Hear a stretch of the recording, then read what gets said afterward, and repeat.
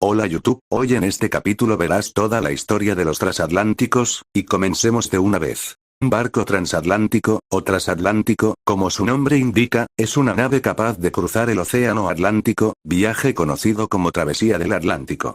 Los primeros verdaderos transatlánticos eran propulsados por motores de vapor y se les conocía con el nombre de vapores.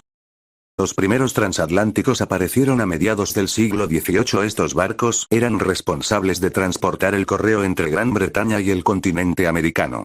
A veces llevaban a bordo algunos viajeros. Por entonces, la Armada Británica era la más poderosa en el mundo. Operaba muchas rutas comerciales de todo el mundo para importar materias exóticas. El Mar del Norte y el Mar Báltico también se convierten en rutas comerciales mayores. Sin embargo, durante la primera mitad del siglo VI, el servicio de barcos postales desapareció en favor del transatlántico. A principios del siglo XIX la revolución industrial y el crecimiento del comercio intercontinental, a través, en particular, de las colonias, hace imperativo el desarrollo de rutas seguras entre ellas y la metrópoli. La más importante de las potencias coloniales, Gran Bretaña necesitaba rutas estables para conectar las diferentes partes de su imperio. El lejano Oriente, India, Australia, etc. Desde el siglo XVI las grandes potencias marítimas están en equilibrio, y el sueño del neerlandés Hugo Grocio de que los océanos pertenezcan a todos se materializa. 6. El nacimiento del concepto de aguas internacionales, y la ausencia de reivindicación posterior simplifica la navegación. El comienzo del siglo VI es la época de los clippers, veleros de gran alcance, a veces capaces de alcanzar velocidades superiores a 20 nudos. Estos barcos de larga distancia proceden principalmente de los Estados Unidos y enlazan muchas rutas. Podían unir Macao y Nueva York en 70 días. A partir de 1818, la naviera Black Ball Line ofreció el primer servicio regular de pasajeros de Reino Unido a los Estados Unidos con una flota de barcos de vela, poniendo énfasis en la comodidad de los pasajeros. Rápidamente, numerosas compañías siguieron su ejemplo ofreciendo sus servicios en todo el mundo. Desde principios del siglo XIX las máquinas de vapor comenzaron a aparecer en los barcos, pero en un principio eran ineficientes y ofrecen pocas ventajas respecto a los barcos de vela. En 1807, el ingeniero estadounidense Robert Fulton construyó el primer barco impulsado por esta tecnología, el Clermont, que logra unir Nueva York y Albany en 30 horas, antes de iniciar un servicio regular entre las dos ciudades. 9 otros barcos incorporaron rápidamente esta innovación. En 1816, el Elise fue el primer barco de vapor en cruzar el Canal de la Mancha. 10. En 1819 se produjo un nuevo desarrollo importante. El Savannah se convirtió en el primer buque de vapor en cruzar el océano Atlántico. Partiendo de la ciudad del mismo nombre, arribó al puerto de Liverpool en 27 días. Sin embargo, el cruce se realizó principalmente a vela, mientras que el vapor solo se empleó no más de 72 horas durante el viaje. 11. La respuesta del público a esta nueva tecnología se redujo y de los 32 pasajeros que habían reservado un lugar a bordo, ninguno abordó el Savannah. 12. En ese momento, la navegación a vapor todavía no convencía a los profesionales, que lo veían más como una curiosidad, hasta el punto de que en 1820, el dueño del Savannah se deshizo de la máquina de vapor instalada en su barco. 11. El desarrollo de esta tecnología continuó y un nuevo paso se dio en 1833. El Royal Edward logró cruzar el Atlántico empleando el vapor en 3/4 partes de su recorrido. La vela se utilizaba solo para ayudar a limpiar las paredes cubiertas de sal de las calderas. 11. Sin embargo, los escépticos eran todavía numerosos en 1836, cuando el escritor y científico irlandés Dionysius Larner afirmaba que el viaje directo de un vapor entre Liverpool y Nueva York es tan quimérico como un viaje a la luna. El paso definitivo para la impulsión de la navegación a vapor se alcanzó cuando el Sirius, que partió de Liverpool el 3 de abril de 1838, llegó a Nueva York 19 días más tarde después de una travesía llena de acontecimientos. Muy poca cantidad de carbón se había planificado para la travesía, y la tripulación se vio obligada a quemar velas y muebles para llegar a su destino. El viaje se hizo a un ritmo de 6,7 nudos. 14. Esto se consiguió gracias a la utilización de condensadores que alimentaban las calderas con agua dulce, lo que evitaba tener que quitar la sal depositada. 13. La hazaña fue breve.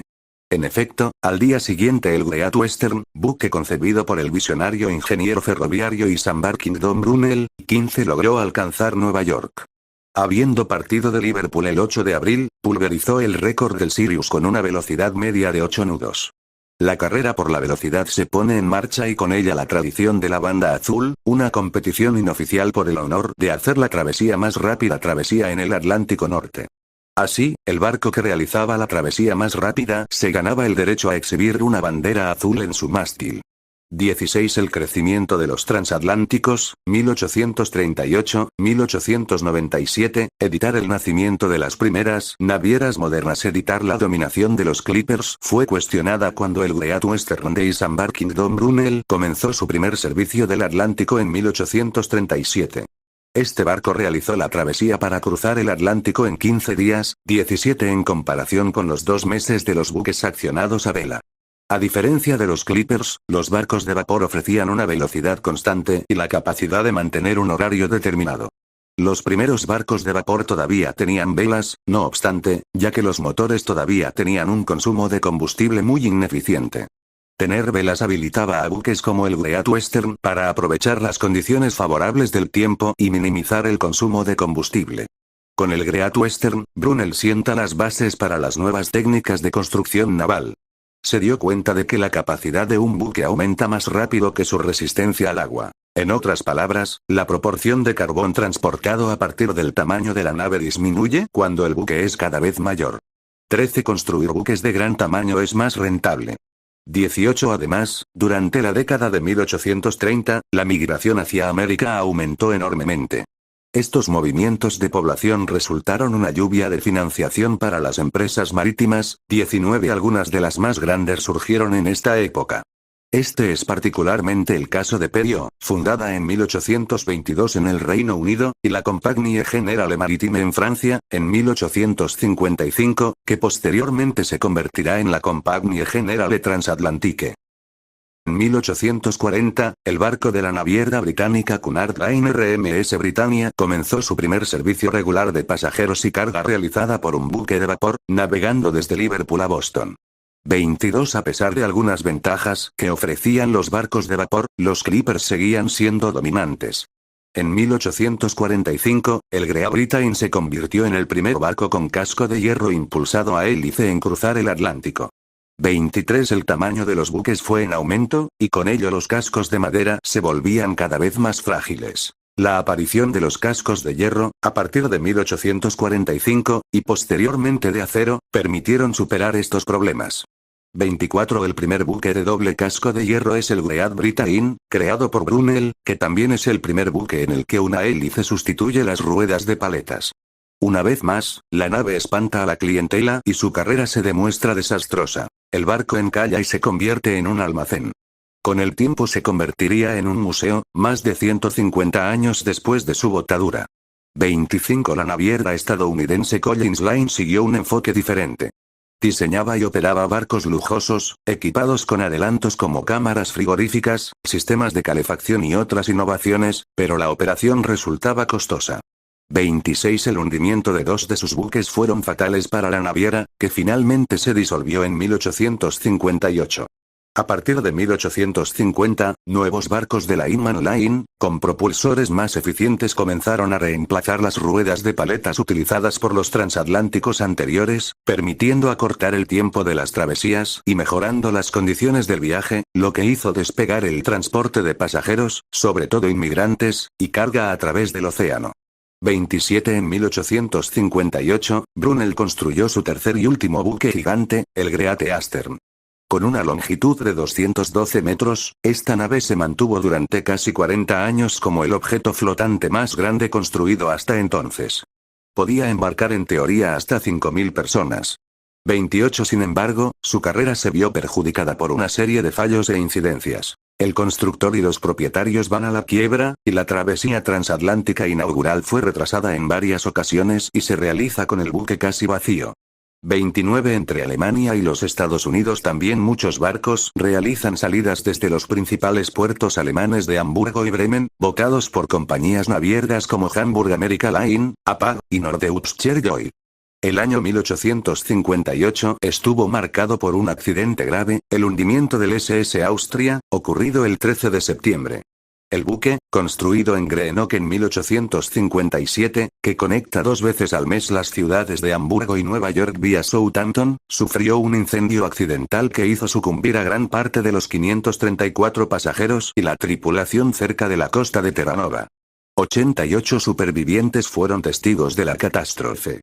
En el mercado británico, la Cunard Line y la White Star Line mantienen una considerable competencia a partir de la compra de esta última compañía por Thomas Ismay en los finales de la década de 1860. La lucha toma como símbolo la obtención de la banda azul que ambas compañías consiguen varias veces a lo largo del siglo y que comparten con algunos barcos de la naviera Inman Line. En 1870, el RMS Oceanic de la naviera White Star Line estableció un nuevo estándar para los viajes transoceánicos al tener camarotes de primera clase en medio del barco, con amenidades añadidas, como grandes ojos de buey, electricidad y agua corriente. 31 La White Star contaba con otros 3 barcos junto al Oceanic, el Atlantic, el Baltic y el Republic, que operaban en el trayecto Nueva York-Liverpool. Estos 4 primeros barcos, construidos bajo la dirección de Thomas Henry Ismay, tuvieron un gran éxito en la línea transatlántica, y la compañía inmediatamente ordenó construir 2 más, el Adriatic y el Celtic. El lujo y la tecnología de los barcos sufrían por entonces una evolución constante. Las velas auxiliares se volvieron rápidamente obsoletas y desaparecieron por completo al final del siglo VI, mientras que los barcos adoptaron una silueta más moderna, con el diseño de la proa en ángulo recto. También se preveía un posible uso militar de estos buques, y el RMS Teutonic se convirtió en 1889 en el primer crucero auxiliar de la historia. En caso de guerra, podía ser fácilmente equipado con cañones y utilizado en caso de conflicto.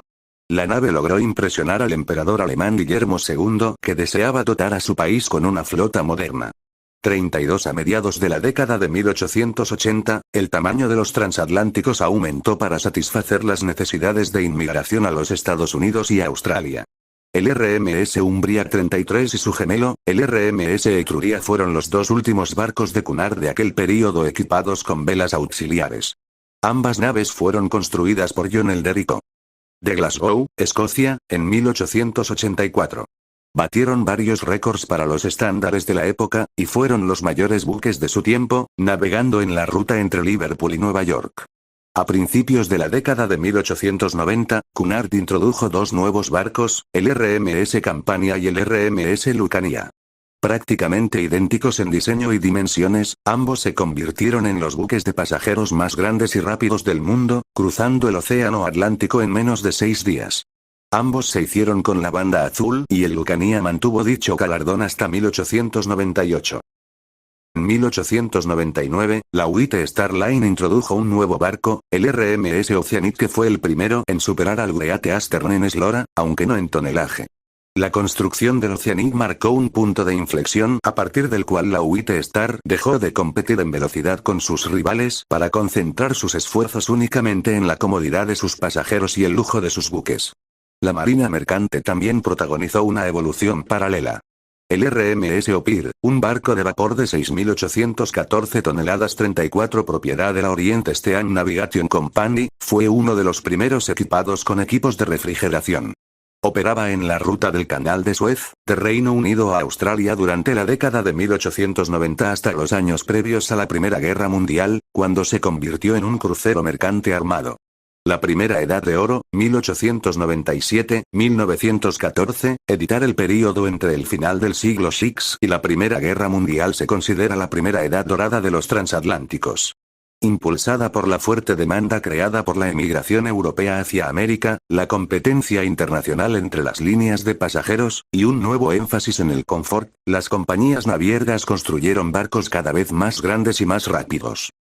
En 1897, Alemania comenzó a dominar el pujante mercado atlántico de pasajeros con la aparición de una serie de nuevos buques, comenzando con el Kaiser Wilhelm der Grosse de la Norddeutscher Lloyd, al que siguieron algunos años más tarde 3 barcos gemelos, pertenecientes a la clase Kaiser. Este transatlántico de largo alcance contaba con muchas innovaciones. Era muy lujoso y rápido, y logró arrebatar la banda azul a los británicos. 36 también fue el primero de los buques de 4 chimeneas que comenzaron a surgir entonces. El buque solo habría necesitado 2 para el funcionamiento de sus calderas, pero un mayor número de chimeneas daba a los pasajeros una mayor sensación de seguridad y potencia de la que las navieras se aprovechaban. 37 En 1900, la naviera Hapag respondió con la construcción del Deutschland, también dotado con 4 chimeneas y construido para la velocidad. Este consiguió fácilmente la banda azul, antes de perderla en favor del RMS Lusitania en 1910. Esta carrera por la velocidad, sin embargo, se realizaba a expensas de la comodidad y genera vibraciones fuertes a lo largo de los buques, que hacía perder atractivo a un buque una vez que lograba batir el registro. 38 El Deutschland solo fue utilizado durante 10 años como transatlántico antes de ser convertido prematuramente en un buque de cruceros. 39 Alemania pasó así a dominar el comercio de pasajeros en el Océano Atlántico. Por entonces, la compañía Canadian Pacific Railway, CPR, también se había convertido en uno de los sistemas de transporte más grandes del mundo, combinando barcos y ferrocarriles que operaban desde Canadá. En 1891, la división marítima de CPR comenzó su primer servicio en el Océano Pacífico. En 1903, la CPR comenzó su primer servicio en el Atlántico debido a la creciente migración de los europeos hasta el oeste de Canadá, como resultado de las tierras libres ofrecida por el gobierno canadiense. Por la misma época, el banquero estadounidense John Pierpont Morgan abrazó la idea de lograr un imperio marítimo mediante la agrupación de un gran número de empresas. Fundó para ello la International Mercantile Marine Company, que agrupaba inicialmente a varias empresas estadounidenses, y desde 1902, incluía la Leyland Line y la White Star Line. 40 A principios de siglo, esta compañía había obtenido de nuevo gran popularidad con la introducción de sus nuevos barcos. El RMS Celtic, 1901, RMS Cedric, 1902, RMS Baltic, 1903, y el RMS Adriatic, 1906. Por otra parte, su trust firmó acuerdos con empresas alemanas de modo que su único competidor serio pasó a ser la Cunard Line. En 1905, Cunard equipó el RMS Carmania con turbinas de vapor, que superaron a su buque hermano Caronia, impulsado por motores de vapor de expansión cuádruple. En ese momento, estos eran los barcos más grandes de la flota de Cunard, y el uso de diferentes métodos de propulsión en buques por lo demás similares permitieron a la empresa evaluar los méritos de ambos. 44 Los motores del Carmania tuvieron éxito y, en consecuencia, en 1907, Cunard introdujo el Lusitania y el Mauretania, buques mucho más grandes e impulsados por turbinas de vapor. El Mauretania ganó la banda azul y la mantuvo durante un largo periodo ininterrumpido de 20 años. 45 El predominio de la banda azul por parte de Cunard no impidió a otras navieras competir en términos de tamaño y lujo. En 1911, la White Star Line estrenó el RMS Olympic 46, el primero de un trío de 45,000 toneladas de arqueo bruto, conocidos como la clase Olympic, compuesta junto al RMS Titanic y el HMHS Britannic. Estos buques tenían casi 15,000 toneladas más que sus rivales de Cunard y, además, eran 30 metros, 98 pies, más largos que estos últimos. Como la mayoría de buques de la compañía, estos 3 barcos nacieron de un esfuerzo especial por parte de la naviera para atraer a más inmigrantes, tratándolos con respeto y haciendo sus viajes más placenteros. El aumento de tamaño de los transatlánticos superó las regulaciones de transporte. En 1912, el hundimiento del RMS Titanic después de chocar con un iceberg causó un gran impacto en la sociedad de la época, debido al elevado número de víctimas, más de 1.500 personas. Un factor que contribuyó a la gran pérdida de vidas fue la falta de suficientes botes salvavidas para todos. Tras el desastre del Titanic, los reglamentos fueron revisados para exigir que todos los transatlánticos llevaran suficientes botes salvavidas para todos los pasajeros y la tripulación. Además, se establece una patrulla internacional, la International Ice Patrol, para supervisar las rutas de navegación en el Atlántico Norte y vigilar la presencia de hielo e icebergs, así como el Convenio Internacional para la Seguridad de la Vida Humana en el Mar, firmado por primera vez en enero de 1914, que requería guardias de radio continuas en todos los barcos. 47 Por la misma época, la naviera Hamburg America Line también había ordenado la construcción de 3 buques gigantes, SS Imperator, SS Vaterland y el SS Bismarck, todos por encima de las 51,500 toneladas brutas. El Imperator fue votado en 1912, y el Bismarck, posteriormente renombrado como Majestic, sería el barco más grande del mundo hasta 1935. No obstante, estos buques prácticamente no sirvieron bajo el nombre de la Hamburg America Line antes de la Primera Guerra Mundial. Después de la guerra, fueron entregados como reparaciones de guerra tras la derrota alemana, y otorgados a las navieras británicas y estadounidenses. 48 El Vaterland se convirtió en el SS Leviathan de la United States Lines. El Imperator se convirtió en el RMS Berengaria y el Bismarck, votado solo 5 semanas antes del comienzo de la Primera Guerra Mundial, se convirtió en el RMS Majestic, respectivamente de la Cunard y la White Star Line. Uno de los últimos transatlánticos en entrar en servicio antes del estallido de la Primera Guerra Mundial fue el RMS Aquitania, el tercero de los grandes transatlánticos de Cunard, tras el Lusitania y el Mauretania.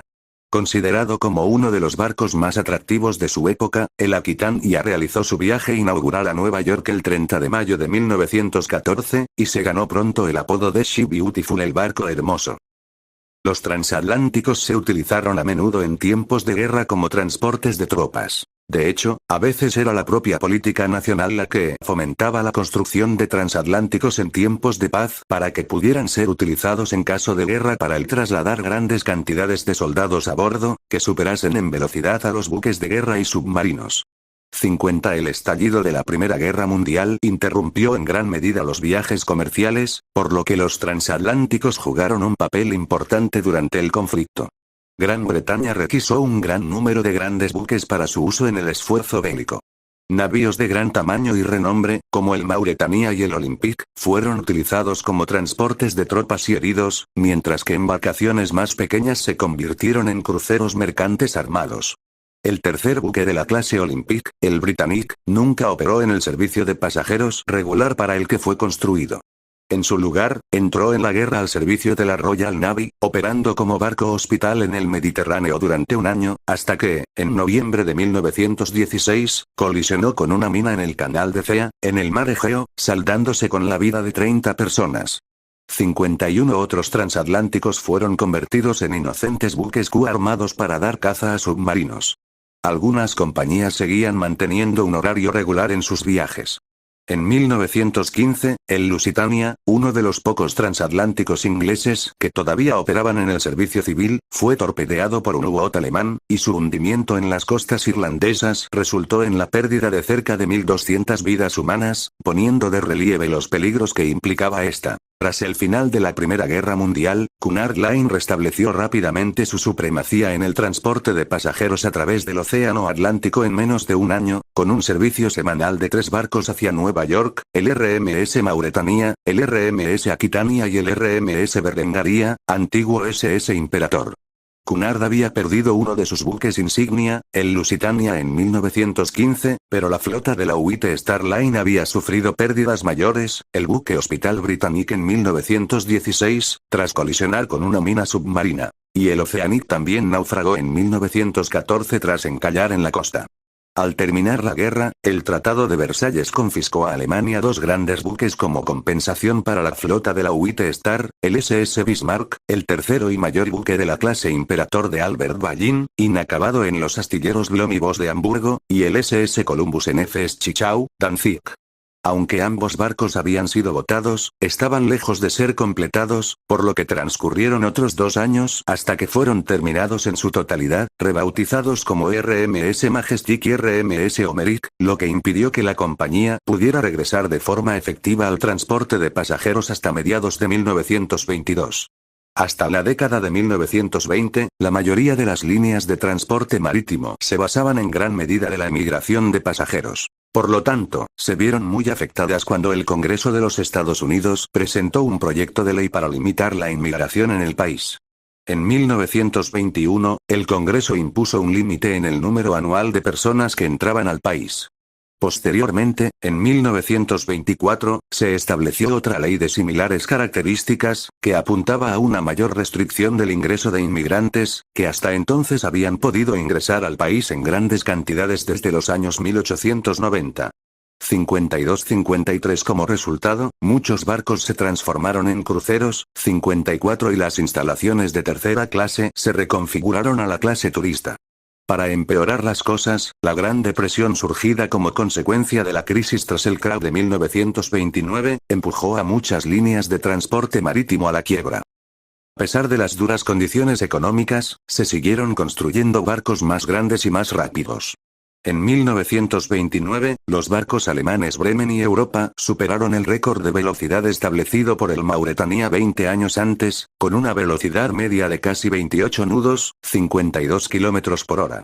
Los buques utilizaban bulbos de proa y turbinas de vapor para alcanzar estas altas velocidades, manteniendo al mismo tiempo los costes de explotación. En 1933, el transatlántico italiano Rex de 51,100 toneladas, con un tiempo de travesía de 4 días y 13 horas, 55 se hizo con la banda azul en la travesía hacia el oeste, que se mantuvo durante 2 años. En 1935, la naviera francesa Compagnie Générale Transatlantique introdujo el revolucionario SS Normandie, que presentaba un nuevo y revolucionario diseño de casco y una potente transmisión turboeléctrica con la que consiguió arrebatarle la banda azul al Rex. Debido a las malas condiciones económicas, el gobierno británico fusionó la Cunard Line y la White Star Line. La nueva empresa, Cunard White Star Line, respondió con el RMS Queen Mary, el RMS Mauretania y el RMS Queen Elizabeth. El Queen Mary mantuvo la banda azul entre 1936 y 1937, cuando le fue arrebatada por el Normandie. No obstante, logró recuperar el premio en 1938, conservándolo hasta la entrada en servicio del SS United States, en 1952. Los transatlánticos también fueron utilizados para el transporte de tropas en la Segunda Guerra Mundial. Transatlánticos notables como el Queen Mary, el Aquitania, el Cap Arcona, el Laconia o el Queen Elizabeth ayudaron a transportar tropas. Mientras que algunos transatlánticos sobrevivieron a la guerra, muchos otros fueron hundidos con grandes pérdidas de vidas. En la Segunda Guerra Mundial los 3 peores desastres fueron el naufragio del RMS Lancastria, buque de Cunard, a las afueras de Saint-Nazaire a causa de un bombardeo alemán en 1940, mientras intentaba evacuar a las tropas de la Fuerza Expedicionaria Británica en Francia, con la pérdida de más de 3.000 vidas. El hundimiento del alemán Wilhelm Gustloff, con más de 9.000 muertes. Y el naufragio del Cap Arcona, con más de 7.000 vidas perdidas, ambos en el mar Báltico en 1945, cerca del final de la guerra. El Normandie se incendió y naufragó en el puerto de Nueva York en 1942, mientras era reconvertido para su uso en el transporte de tropas. Muchos de los transatlánticos de los años 1920 y 1930 fueron víctimas de los submarinos, minas o aviones enemigos. El Empress of Britain fue atacado por aviones alemanes, y a continuación, torpedeado por un submarino cuando los remolcadores trataban de trasladarlo a un lugar seguro. 57 Este fue el mayor transatlántico británico hundido durante la contienda. En 1941, el buque de pasajeros más rápido de Alemania, el Bremen, fue víctima de un incendio, se cree que causado por un miembro de la tripulación disgustado, resultando en siniestro total. El Europa fue confiscado por los Estados Unidos en 1945 y, más tarde, cedido a Francia, que lo rebautizó como Liberté y operó como uno de los buques insignia de la CGT, hasta la llegada del Francia a principios de los años 60. Los buques italianos Rex y Conte di Savoia fueron destruidos durante la guerra. El primero fue bombardeado por la Real Fuerza Aérea Británica, mientras que el segundo fue hundido por las propias fuerzas alemanas durante su retirada. Estados Unidos perdió el SS President Coolidge, de la naviera American President Lines, cuando chocó con una mina de los aliados en el Pacífico Sur. Ninguna naviera quedó indemne tras la guerra. El advenimiento de la aviación, 1939-1975, editar el período posterior a la Segunda Guerra Mundial fue también un período intenso.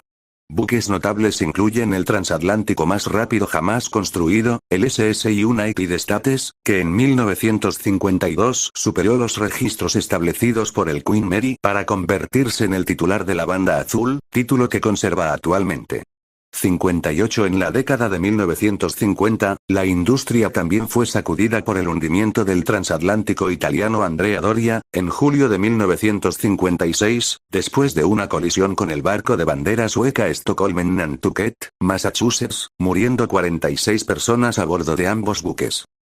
También fue significativa la incorporación del SS France en 1961, que tras la pérdida del Queen Elizabeth en 1972, cuando fue destruido por un incendio en el puerto de Hong Kong, 59 se hizo con el título del barco de pasajeros más grande del mundo, que mantuvo hasta la introducción del RMS Queen Mary II en 2004. La inmigración patrocinada por el gobierno australiano dio lugar a un intenso intercambio entre Europa y Australia, con la producción de barcos notables como el SS Oriana 60 y el SS Canberra. 61 Estos dos barcos, que operaban para la naviera Perio, eran los más grandes, rápidos y también los últimos transatlánticos construidos para la ruta hacia Australia. Antes de la Segunda Guerra Mundial, las aeronaves no habían supuesto una amenaza significativa para el negocio de los transatlánticos. La mayoría de las aeronaves antes de la guerra eran ruidosas, vulnerables al mal tiempo, pocas tenían el alcance necesario para vuelos transoceánicos, y además eran caras y tenían pequeña capacidad para pasajeros. Sin embargo, la contienda hizo necesario el desarrollo acelerado de aeronaves de gran tamaño, y con grandes alcances. Bombarderos de 4 motores, tales como el Avro Lancaster y el Boeing B-29 Super Fortress, con su alcance y capacidad de carga masiva, fueron prototipos naturales para los aviones de nueva generación de la posguerra. La tecnología de los motores a reacción también se aceleró después del desarrollo de este tipo de motores en la Segunda Guerra Mundial. En 1953, el de Aviland Comet se convirtió en el primer avión comercial de pasajeros a reacción. Los Sud Aviation Caravelle, Boeing 707 y el Douglas DC-8 le siguieron, y buena parte de los viajes de largo recorrido se hacía por el aire. Los transatlánticos de la línea italiana Michelangelo y Raffaello, 3 votados en 1962 y 1963, fueron 2 de los últimos buques que se construyeron principalmente para el servicio a través del Atlántico Norte. El RMS Queen Elizabeth II de Cunard también fue utilizado como barco de crucero. A principios de la década de 1970, muchos barcos de pasajeros se habían retirado del servicio transatlántico y continuaron su carrera como cruceros. En 1982, durante la Guerra de las Malvinas, 3 transatlánticos fueron requisados para el servicio de guerra por el gobierno británico. El Queen Elizabeth II y el Canberra fueron requisados a las navieras Cunard y Perio para servir como transporte de tropas, 62 llevando soldados del ejército británico a la isla Ascensión y las Islas Malvinas para recuperarlas de las Fuerzas Armadas Argentinas. El crucero SS Uganda de Perio fue requisado como barco hospital y, tras la guerra, sirvió como buque de transporte hasta la construcción de la base aérea de Monte Agradable, que permitió transportar las tropas por vía aérea. En la primera década del siglo XXI, solo algunos antiguos transatlánticos siguen navegando, mientras que otros, como el Queen Mary, se conservan como museos y hoteles flotantes. Tras la retirada del Queen Elizabeth II en 2008, el único transatlántico en servicio es el Queen Mary II, construido entre 2003 y 2004, que se utiliza tanto para viajes transoceánicos como de cruceros. Bien, ¿qué te pareció toda la historia de los transatlánticos? En el próximo capítulo el Carpathia barco héroe del Titanic, si te gustó este video suscríbete y darle me gusta y hasta el próximo capítulo, adiós.